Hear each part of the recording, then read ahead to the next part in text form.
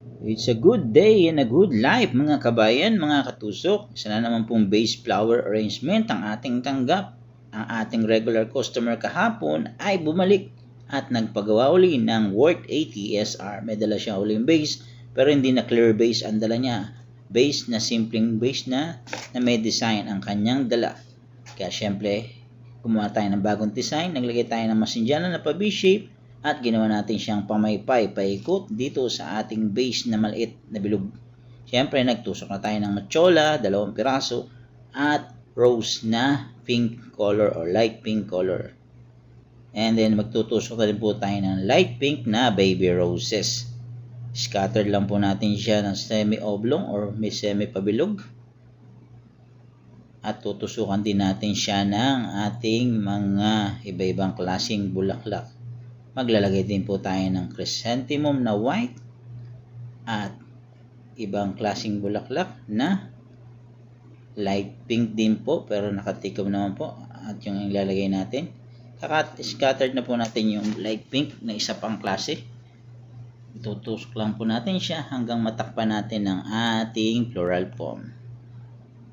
Ang ating bouquet ay overload mixed color.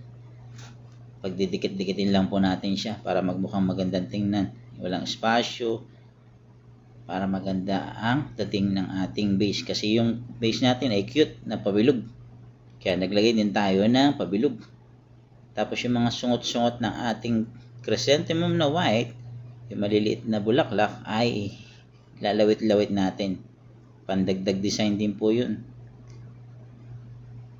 Pagkatapos natin matusok lahat yung ating chrysanthemum, ay maglalagay naman tayo sa gilid ng ating baby roses.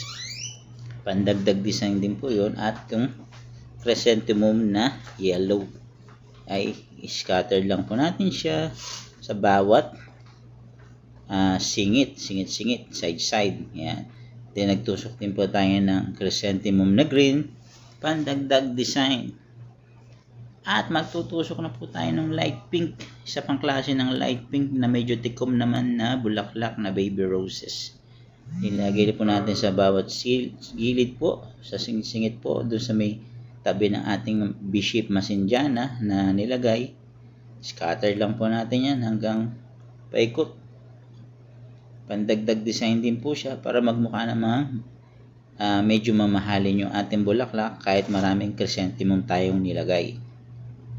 Ayan po, malapit na po natin matapos ang ating base flower arrangement worth 80 SR. Maglalagay din po tayo sa kabilang side ng pinagputulan ng ating roses o yung tangkay ng ating roses. 3 piraso, then magbabali tayo ng 3 piraso. Naka-layer po yung ating tangkay ng roses na yan. Ayan po, tapos na po natin yung design ng ating tangkay ng rosas at yung ating base flower arrangement na semi-oblong o semi-circle na may matchola, may roses at baby roses at crest.